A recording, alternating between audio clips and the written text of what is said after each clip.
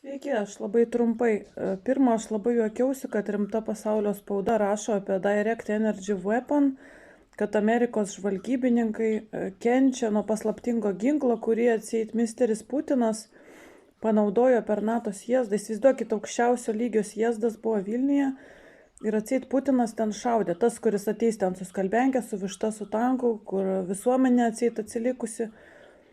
Tai jūs turite suprasti, kad Direct Energy Weapon yra visiška konspiracija, išskyrus, kad buvo įtariama, kad jį gali turėti kažkokia tai vos ne nežemiška struktūra, kažkokia žvalgyba, kur, kaip panašiai kaip dalelių greitintuvas, ten yra dirbama su kosmoso dulkėmis, taip ir čia kažkokie tai kosmoso materialai, kosmoso energija, su dalelių pagreitinimu, kažką tokio gali padaryti, bet tai turi būti absoliučiai slapta organizacija. Tai Putinas feiko agentūros nevaldo. Tačiau jeigu feiko agentūra eina už Putiną, tai kažką reiškia. Prisiminkime, kas vyko per NATO sėzdą. Geiger Maps, kuriuo jūs daugelis netikite, žemėlapis rodė, kad kažkokie atominiai objekčiukai įvežinėjami į Lietuvą. Rodė kažkokius objektus Kauno Hese.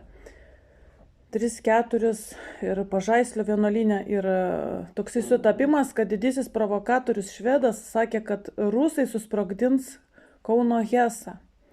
Ir padarė vizualą, kad vanduo užplūs Kauną. Toliau buvo netgi mano kaime rodoma, kad senuose nacių bunkeriuose, kur paaiškėjo, kad netgi po mūsų sklypų eina, ir tai atitinka mano turimus dokumentus, kad iš prosenelio naciai paėmė 3 hektarus aerodromui. Ir dėl to aš šiandien visiškai nepergyvenu, kur ant išgrobstytos žemės, aišku skaudu, bet dabar aš nebepergyvenu.